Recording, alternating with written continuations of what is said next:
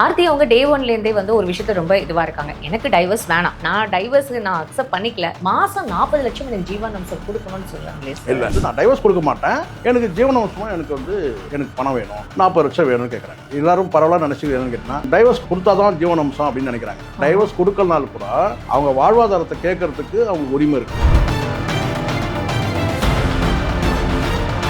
கரெக்டான முடிவு தான் கேட்கலாமே. பிள்ளைகளுக்காக பிள்ளைகளை வளர்க்கணும், அவங்களுடைய வாழ்வாதாரம் இருக்குது. எந்த தைரியத்தில் இவர் பார்த்தீங்கன்னா நான் 2 பிள்ளைகளை கொடுத்துட்டு இவர் பாட்டுன்னு கிளம்பி நான் கெனிஷா கூட போகிறேன் அப்படின்னு நீங்கள் சொன்னீங்கன்னா அப்போ அவங்க கேட்க முடியும் தானே. கெனிஷா இவ்வளோ பொறுமையாலாம் இருக்க மாட்டாங்க. ஆனால் என்னடா இவங்ககிட்ட கேட்டேன்னா இவன் அங்கேயே 40 லட்சம் தரம் போல இருக்குது, இவங்ககிட்ட கேட்டால் இவங்ககிட்ட கேட்டுருக்கிறாங்க. இவனை வச்சு அங்கே வாங்கலான்னு பார்த்தா கெனிஷா தான் பிரச்சனையே. இப்போ ரவிலாம் பிரச்சனையே கிடையாது.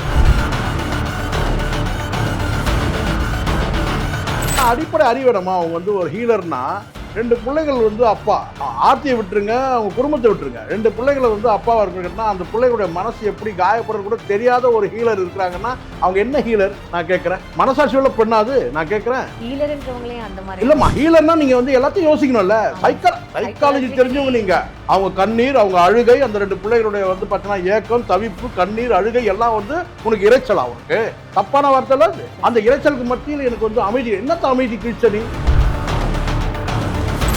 பாட்டு பாடுறது, டான்ஸ் ஆடுறது நம்ம தவறாக சொல்லலாம். ஆனால் அவங்க ஆடக்கூடிய டான்ஸை பாருங்கள், அவங்க பாடக்கூடிய பாடல்களை அவங்க அந்த ஃபில்மை பாருங்கள், அவங்க காட்சியை பாருங்க, எவ்வளோ ஆபாசமாக இருக்கு.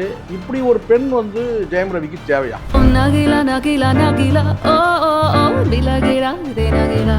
எனக்கு தெரிஞ்சிருக்கா ரவி இந்த டிவோர்ஸ் அவ்வளோ தூரம் போக மாட்டார். ஏன்னா மனைவி மீது மட்டும் கிடையாது, அவருக்கு மகன்கள் மீது மிகப்பெரிய அபரிதமான அதனால எனக்கு இது ஒரு கெட்ட சூழல்மா. அவருக்கு கொஞ்சம் அவர் உட்காந்து ரியலைஸ் பண்ணலாம். மனைவி மீது கருத்து வேற்றுமை இருந்தாலும், மாமியார் மீது கருத்து வேற்றுமை, குடும்பத்து மீது கருத்து வேற்றுமை இருக்குன்னா சில காலம் அவங்க அம்மாவோட மடியில் கொஞ்ச நாள் இருக்கலாம்.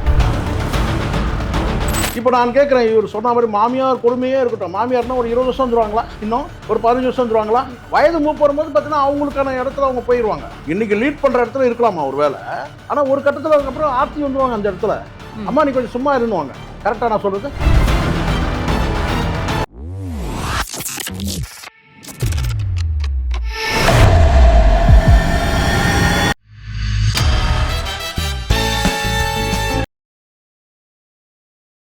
பிபிடி சினிமா நேயர்கள் அனைவருக்கும் வணக்கம். இன்னைக்கு நம்மளோட மூத்த பத்திரிகையாளர் ஷேகுவாரா சார் தான் இருக்காரு. நிகழ்ச்சிக்கு போகலாம். சார் வணக்கம். வணக்கம். எப்படி சார்? நலமா இருக்கோம். ஆர்த்தி அவங்க டே ஒன்லேருந்தே ஒரு விஷயத்த ரொம்ப இதுவா இருக்காங்க. எனக்கு டைவர்ஸ் வேணாம் அப்படின்னுட்டு. இப்போ என்னன்னா, நான் அக்செப்ட் பண்ணிக்கல, ஆனால் நான் டைவர்ஸ் அக்செப்ட் பண்ணிக்கிறேன் அப்படின்னா மாதம் 40 லட்சம் எனக்கு ஜீவனாம்சம் கொடுக்கணும்னு சொல்கிறாங்களே. இல்லை, அப்படி கிடையாது. நீங்கள் சொல்கிறது தவறு. அவங்க சொன்னது என்னன்னு கேட்டிங்கன்னா, டைவர்ஸ் கொடுக்க மாட்டேன், டைவர்ஸ் கிடையாது, நான் சேர்ந்து வாழ விரும்புகிறேன். ஆனால் இந்த வழக்கு நடந்துட்டு இருக்கு இல்லையா, இந்த சூழல் கிட்டனா எனக்கு ஜீவனாம்சமாக நான் டைவர்ஸ் கொடுக்க மாட்டேன், எனக்கு ஜீவனாம்சமாக எனக்கு பணம் வேணும், 40 லட்சம் வேணும்னு கேட்குறாங்க. ஒரு சின்ன ஒரு உதாரணமே நான் சொல்கிறேன். எல்லோரும் பரவாயில்ல நினச்சிக்கிறேன்னு கேட்டால் டைவர்ஸ் கொடுத்தா தான் ஜீவனாம்சம் அப்படின்னு நினைக்கிறாங்க. டைவர்ஸ் கொடுக்கலனாலும் கூட அவங்க வாழ்வாதாரத்தை கேட்கறதுக்கு அவங்களுக்கு உரிமை இருக்குது. கணவன் எனக்கு ஜீவனாம்சம் கொடுக்கணும், நான் டைவர்ஸ் கொடுக்க மாட்டேன், அதே சமயம் எனக்கு ஜீவனாம்சம் கேட்கறதுக்கு உரிமை இருக்குது அவங்களுக்கு. அந்த அடிப்படையில் தான் கேட்குறத தவிர நீங்கள் சொல்கிற மாதிரி நான் டைவர்ஸ் கொடுத்துட்றேன், டைவர்ஸ் கொடுத்துட்டு ஜீவனாம்சம் வாங்குறதுன்னு ஒன்று இருக்குது. ஒரே செட்டில்மெண்ட் பண்ணக்கூடிய கில்லாடிங்களாம் இருக்கிறாங்க சினிமாவில். இப்போதைக்கு கொடுத்துட்றியா, ரைட், ஓகே, நீ என்ன ஜீவனாம்சம் கேட்குறியோ நான் ஒரே செட்டில்மெண்ட்டாக நான் கொடுத்துட்றேன், 5 கோடி 10 கோடி 200 கோடி 100 கோடி கொடுக்கறதுலாம் கூட ஆள் இருக்கிறாங்க. உங்களுக்கு தெரியுமே, சமந்தாவுடைய வாழ்க்கையே தெரியுமே. ஜீவனாம்சம் நாங்கள் அது அவங்க வாங்க மாட்டேன்னு நிராகரிச்சிட்டாங்க. 200 கோடி வரைக்கும் பேசுனாங்க, அவங்க வாங்க மாட்டேன்னு நிராகரிச்சிட்டாங்க. அது அவங்களுடைய பெருந்தன்மையில் தனித்தன்மை அது. ஸோ அதனால் இங்கே நான் கேட்டால் இந்த அம்மான்னு கேட்டால் நான் டைவர்ஸ் நான் கொடுக்கல, சரிங்களா, நான் என்னால் தர முடியாது, எனக்கு ஜீவனாம்சம் 40 லட்சம் வேணும்னு சொல்லி கேட்குறாங்க. ஸோ அதனால் இது கரெக்டான முடிவு தான். கேட்கலாமே. பிள்ளைகளுக்காக பிள்ளைகளை வளர்க்கணும், அவங்களுடைய வாழ்வாதாரம் இருக்குது. அப்போது எந்த தைரியத்தில் இவர் பார்த்தீங்கன்னா நான் 2 பிள்ளைகளை கொடுத்துட்டு இவர் பாட்டுன்னு கிளம்பி நான் கெனிஷா கூட போகிறேன் அப்படின்னு நீங்கள் சொன்னீங்கன்னா அப்போ அவங்க கேட்க முடியும் தானே. இதுதான் நான் சொல்கிறேன். நம்ம இந்த டிவோர்ஸ் வழக்கு நீண்ட காலம் நடக்கும். நான் பார்க்கும்போது சரி, இந்த 2 தரப்பில் அறிக்கைகள் இதெல்லாம் நடக்கும்போது நீண்ட காலம் நடக்கும். அவங்க நினைக்கிற மாதிரி நடக்காது. இப்போ சில உங்களுக்கு தெரிய நினைக்கிறேன், மியூச்சுவலாக கொடுத்துட்டாங்கன்னா ரிலீஃப் ஆகிடும், உடனே ரிலீஃப் ஆகிடும், உடனே அடுத்த இன்னொரு கல்யாணம் பண்ணிப்பாங்க, போயிடும். இப்போ இது அப்படியே நீண்டுக்கிட்டே போகும். கெனிஷா வந்து இவ்வளோ பொறுமையாலாம் இருக்க மாட்டாங்க. ஆனால் என்னடா இவங்ககிட்ட வந்து கேட்டினா இவன் அங்கேயே 40 லட்சம் தரம் போல இருக்குது, இவங்ககிட்ட வந்து கேட்டினா இவங்ககிட்ட கேட்டுருக்குறாங்க. இவனை வச்சு அங்கே வாங்கலான்னு பார்த்தா இது கெனிஷா தான் பிரச்சனையே. இப்போ ரவிலாம் பிரச்சனையே கிடையாது. கெனிஷாக்கு என்னென்னா ஏதோ இவனை வச்சு காமிச்சு கேட்டால் அந்த சைடில் ஏதாவது வாங்கலான்னு பார்த்தா அவங்களே 40 லட்ச ரூபா கேட்குறாங்க. இவன் 40 லட்சம் வந்து இனி படத்தில் நடிச்சு இவர் வந்து 40 லட்சத்தை கொடுக்கணும் இல்லையா? ஆமாம் சார். நான் சொல்கிறேன், நம்ம தம்பின்ற உரிமையில் தான் நம்ம பேசுகிறோம் ரவியை. எனக்கு தெரிஞ்சிருக்கா ரவி வந்து இந்த டிவோர்ஸை வந்து அவ்வளோ தூரம் போக மாட்டார். ஏன்னா மனைவி மீது மட்டும் கிடையாது, அவருக்கு வந்து மகன்கள் மீது மிகப்பெரிய அபரிதமான பாசம். அந்த மாதிரியான ஒரு ஸோ பாண்டிங். அதனால எனக்கு இது வந்து ஒரு கெட்ட சூழல்மா. அவருக்கு கொஞ்சம் அவர் உட்காந்து ரியலைஸ் பண்ணலாம். மனைவி மீது கருத்து வேற்றுமை இருந்தாலும், மாமியார் மீது கருத்து வேற்றுமை, குடும்பத்து மீது கருத்து வேற்றுமை இருக்குன்னா சில காலம் வந்து அவர் அவங்க அம்மாவோட மடியில் கொஞ்ச நாள் இருக்கலாம் பிள்ளையா. அவங்க வந்து கொஞ்சம் ஆறுதலாக அவங்களும் இருப்பாங்க. ஆனால் கொஞ்ச நாள் கடந்து போயிடுச்சுன்னா மீண்டும் சேர்ந்துருவாங்க. உடனுக்குடனே ரியாக்ஷன் பண்ணி தாம்மா வந்து பிரசாந்தோட வாழ்க்கையை வந்து இன்னைக்கு வந்து இந்த அளவுக்கு ஆனது காரணமே அவர் இன்னைக்கு எவ்வளோ பெரிய ஸ்டாராக இருக்கணும். பிரசாந்த் வந்து கேட்டால் விஜய் இடத்துல பிரசாந்த் தான் இருக்கணும். எப்படிலாம் மாறிடுச்சு. ஸோ அதனால் இதெல்லாம் முன்னுதாரணங்கள் நிறைய இருக்குது. நமக்கு யாரையும் நம்ம காயப்படுத்த நமக்கு நோக்கம் கிடையாது. பட் சொல்கிறது என்னென்னா இவர் கொஞ்ச காலம் வந்து இந்த கெனிஷா எல்லாத்தையும் விட்டுட்டு கொஞ்ச நாள் கருத்து வேற்றுமை கேட்டால் அம்மா அப்பா கிட்ட இருந்துட்டு ப்ரொஃபஷனல் லைஃப்பை பார்க்கலாம். Fine sir. அது உண்மையாவே அதுக்கப்புறம் ஒரு இது வந்து நம்ம நல்லதுக்காக தான் நம்ம சொல்கிறோம். எந்த சூழ்நிலை ஏர்லி ஸ்டேஜ் தான். இன்னும் வந்து கெரியர்ல அவர் எனக்கு தெரிஞ்ச வரைக்கும் ஜெயம் ரவி பொறுத்த வரைக்கும் அவர் வந்து சினிமாவில் ஒரு நல்ல ஒரு பக்கா ஜென்டில்மேன். எப்படி இப்படி மாறினார்னா ஒரு கெட்ட சூழல் சொல்லுவாங்கள்ல, அப்படி தான் நான் பார்க்குறேன். இதில் கெனிஷா வரலாம், இல்லை கெனிஷா வந்து இன்னொரு 4 பேர் கூட வரலாம். ஆனால் பொண்டாட்டி பிள்ளைகளை வந்து பார்த்தீங்கன்னா அவர் வந்து ரொம்ப ஐக்கியமாக இருந்த மனுஷன். அதனால் இது மாறிடும் தான் நினைக்கிறேன். இது இவங்களோட மூவ்மெண்ட்டு கரெக்டு தானே, இதானே செய்ய முடியும். எனக்கு 40 லட்ச ரூபா ஜீவனம் வேணும்னு கேட்கறது கரெக்டானது தான். Fine sir. ஜூன் 12ஆம் தேதிக்கு இது ஒத்தி வச்சிருக்காங்க இந்த கேஸஸ். என்ன எனக்கு தெரிஞ்சு நீண்ட காலம் போகும்னு நினைக்கிறேன். ஏன்னா நிறைய சிவில் மேட்டர்லாம் இவங்க லிங்க் பண்ணுறதுனால இது நீண்ட காலம் போகும்போது பார்த்தீங்கன்னா ஒரு கட்டத்தில் வந்து கெனிஷாவே அவங்களே விலகி போயிடுவாங்க. இது வந்து ஆமாம் இது வந்து இது நடக்காது, இது வேஸ்ட்டு இது. ஏன்னா ஏதோ அங்கே ஏதாவது வாங்கலான்னு பார்த்தா அவங்களே இவர்கிட்ட வந்து ஆர்த்திக்கிட்டையும் சுஜாதா விஜயகுமார்ட்டையும் நிறைய பெரிய பேலஸ்லாம் இருக்குது, கோடிக்கணக்காக படம் இருக்குதுன்னு சொல்கிறாங்க. அவங்க என்னென்னா இவர்கிட்ட வந்து 40 லட்ச ரூபா வந்து ஜீவனம் கொடுன்னு கேட்டுட்டு இருக்கிறாங்க. நமக்கு இவர்கிட்ட வந்து பார்த்தீங்கன்னா இங்கேருந்தும் வரப்போகிறது கிடையாது, அங்கேருந்தும் வரப்போகிறது கிடையாது, நம்ம வந்து வந்த வழியை திரும்பி வழிதான் சொல்லிட்டு அப்படி நினைப்பாங்க. அப்படி தான் நான் நினைக்கிறேன். ஏன்னா அடிப்படை அறிவிடமா அவங்க வந்து ஒரு ஹீலர்னா 2 பிள்ளைகள் வந்து அப்பா நீங்கள் ஆர்த்தியை விட்டுருங்க, அவங்க குடும்பத்தை விட்டுருங்க, 2 பிள்ளைகளை வந்து அப்பாவாக இருக்கணும்னா அந்த பிள்ளைகளுடைய மனசு எப்படி காயப்படுறது கூட தெரியாத ஒரு ஹீலர் இருக்கிறாங்கன்னா அவங்க என்ன ஹீலர் நான் கேட்குறேன். அது மனசாட்சியுள்ள பெண்ணாது நான் கேட்குறேன். ஹீலர்ன்றவங்களே அந்த மாதிரி இல்லைம்மா. ஹீலர்னா நீங்கள் வந்து எல்லாத்தையும் யோசிக்கணும்ல. சைக்காலஜி தெரிஞ்சவங்க நீங்கள். 2 பிள்ளைகளோட சைக்காலஜி தெரியாமல் இன்னொருத்தர் வந்து அந்த 2 பிள்ளைகளோட அப்பனை கொண்டு வந்து நீ வந்து உன் கைப்பிடியில் வச்சுட்டு இருக்கிற. கேட்டால் இறைச்சல்கள்ன்ற. எது இறைச்சல்கள்? அந்த பிள்ளைகள் அழுகை வந்து இறைச்சலா? இல்லை அந்த ஆளுடைய மனைவி வந்து பேசுறது வந்து இறைச்சலா? இல்லை அவங்களுடைய குமுறல் வந்து இறைச்சலா? அவங்க கண்ணீர் வந்து இறைச்சலா? எது இறைச்சல்? நாய்ஸு எது வந்து நாய்ஸு நான் கேட்குறேன். எப்படி நாய்ஸுன்னு சொல்ல முடியுது? அவங்க கண்ணீர், அவங்க அழுகை, அந்த 2 பிள்ளைகளுடைய வந்து பார்த்தீங்கன்னா ஏக்கம், தவிப்பு, கண்ணீர், அழுகை எல்லாம் வந்து உனக்கு இறைச்சலா? உனக்கு தப்பான வார்த்தை இல்லை அது. அந்த இறைச்சலுக்கு மத்தியில் எனக்கு வந்து அமைதி. என்னத்த அமைதி கிழிச்ச நீ சொல்லுங்க பார்க்கலாம். ஸோ அதனால் வந்து பார்த்தீங்கன்னா கெனிஷா வந்து அவங்க பாதையில் விலகி போயிட்டாங்கன்னா நல்லது. இல்லைன்னா இது நீண்ட காலம் வழக்கு தொடர்ச்சியாக நிறைய நடக்கும்.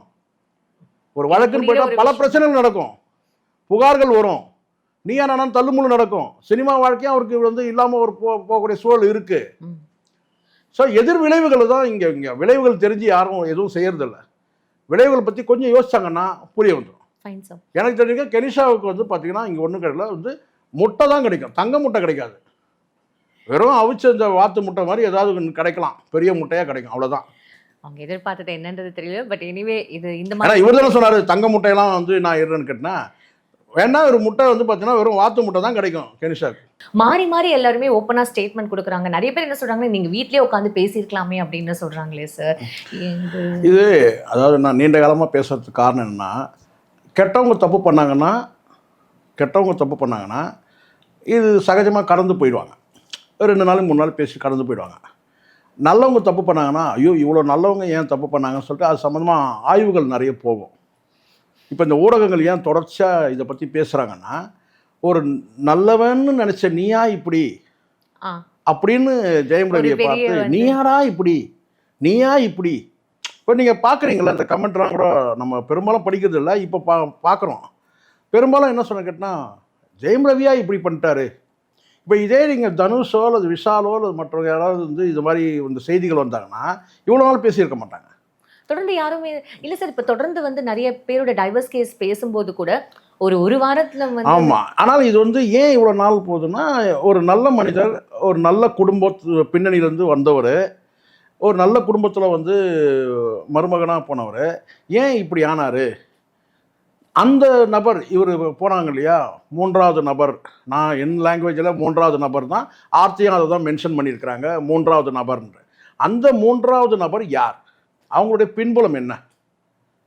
சார் நம்ம பார்க்குறோம். அவங்க இது வரைக்கும் வந்து அடையாளப்படுத்தும் போது பெரிய அவங்களுக்கு என்ன பின்புலம் இருக்குது, அவங்க யார் என்னென்னா அப்படி இப்படி போகிற போக்கில் என்ன சொல்கிறான்னு கேட்டிங்கன்னா, அவங்க வந்து பெங்களூரை சேர்ந்தவங்க, கோவாவில் டான்ஸ் ஆடுறவங்க, பாட்டு பாடுறவங்க, அவ்வளோதான், அப்படி தான் சொல்கிறாங்க. நீங்கள் பாட்டு பாடுறது டான்ஸ் ஆடுறது வந்து நம்ம தவறாக சொல்லலாமா? ஆனால் அவங்க கூடிய அவங்க ஆடக்கூடிய டான்ஸை பாருங்கள், அவங்க பாடக்கூடிய பாடல்களை வந்து அவங்க வந்து அந்த ஃபில்மை பாருங்கள், அவங்க காட்சியை பாருங்கள், எவ்வளோ ஆபாசமாக இருக்குது. இப்படி ஒரு பெண் வந்து ஜெயம் ரவிக்கு தேவையா? நீங்கள் கருத்து முரண் ஏற்படுது கணவன் மனைவிக்குன்னா. ஒரு நிமிஷம் சார், ஜெயம் ரவிக்கு தேவையா அப்படின்றது பேசுற அளவுக்கு நம்ம இல்ல சார். அப்ப ஏன் இல்ல? அது அவரோட தனிப்பட்ட கருத்து. அப்படிலாம் ஒருத்தர் கல்யாணம் இங்க பண்ணிக்கிறது அவரோட பாருங்க, தனிப்பட்ட கருத்து. தனிப்பட்ட விஷயம் சொன்னா இந்த டாபிக்கே நம்ம போக முடியாது.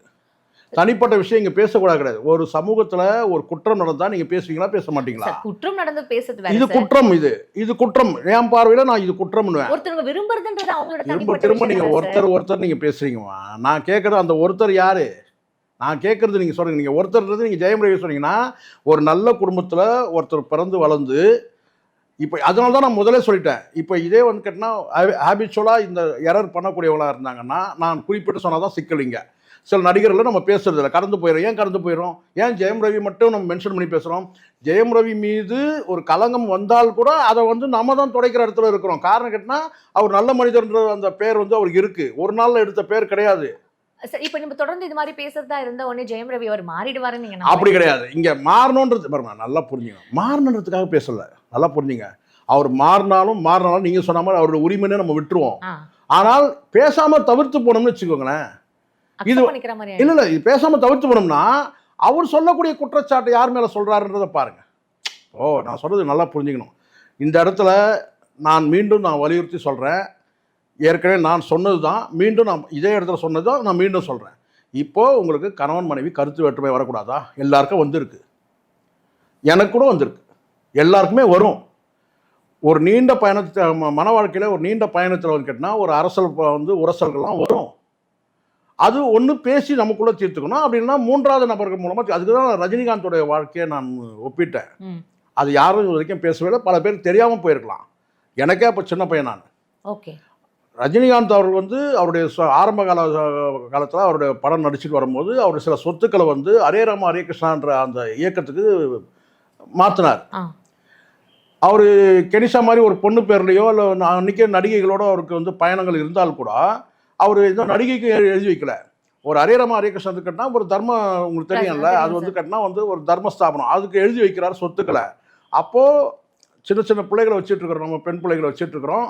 இந்த மாதிரி சொத்துக்களை வந்து மாற்றுறது வந்து சரியானது இல்லைன்னு சொல்லிட்டு அப்போ வந்து அவங்க லதா வந்து கடுமையான எதிர்ப்பை தெரிவித்தாங்க. அந்த சூழலில் பஞ்சாயத்து பண்ணது யாருன்னு கேட்டிங்கன்னா பாலச்சந்தர், கமல்ஹாசன், ஒய்ஜிபி ஃபேமிலிக்கு ரொம்ப பெரிய இது இருக்குது, பங்கு இருக்குது. அதாவது கேட்டினா அவரை மனசை மாற்றி அதுக்கப்புறம் ஒரு சமரசத்துக்கு வந்து இன்றைக்கி நீண்ட காலம் பயணிக்கிறாங்க. அன்றைக்கி ஒரு காலகட்டத்தில் அவர் வந்து அந்த மாதிரி ஒரு ஆன்மீகத்தில் வந்து அவர் பயணப்படும் போது இப்படியான சில விஷயங்கள் வந்து அவர் பண்ணார். அவங்க டைவர்ஸ் வரைக்கும் போனாங்க. குறிப்பிட்டு மாம்பழத்தில் நினைக்கிறேன் ஒரு அட்வொகேட் வீட்டில் தான் வந்து பஞ்சாயத்தே நடந்தது. அந்த அட்வொகேட் கூட இப்போ உயிரோடு இல்லை. ஸோ அவர் வந்து அவங்க வீட்டில் தான் நடந்தது. அப்போது ஒய்ஜிபி ஃபேமிலியிலேருந்து எல்லாரும் வந்து சமரசமாக பேசி வழக்கறிஞர்களுக்கும் அது இந்த டிவோர்ஸில் வந்து உடன்பாடு கிடையாது. பெரும்பாலான உங்களுக்கு தெரியும், வழக்கறிஞர்களுக்கு வந்து டிவோர்ஸ் கேஸை வந்து ரொம்ப விரும்பி எடுக்க மாட்டாங்க. ஏன்னா குடும்பங்களை பிரிக்கிறதுனால அங்கே வந்து பெரும்பாலும் எடுக்க மாட்டாங்க.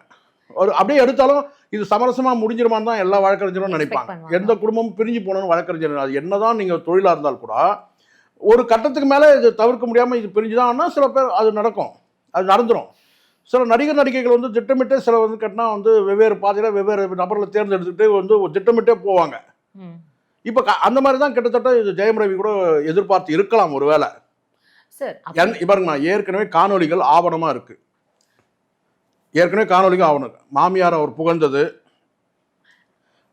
மனைவியை புகழ்ந்தது, மருமகளை மாமியார் புகழ்ந்தது, மருமகளை மாமியார் புகழ்ந்தது, இது எல்லாமே இங்கே ஆவணமாக இருக்கு.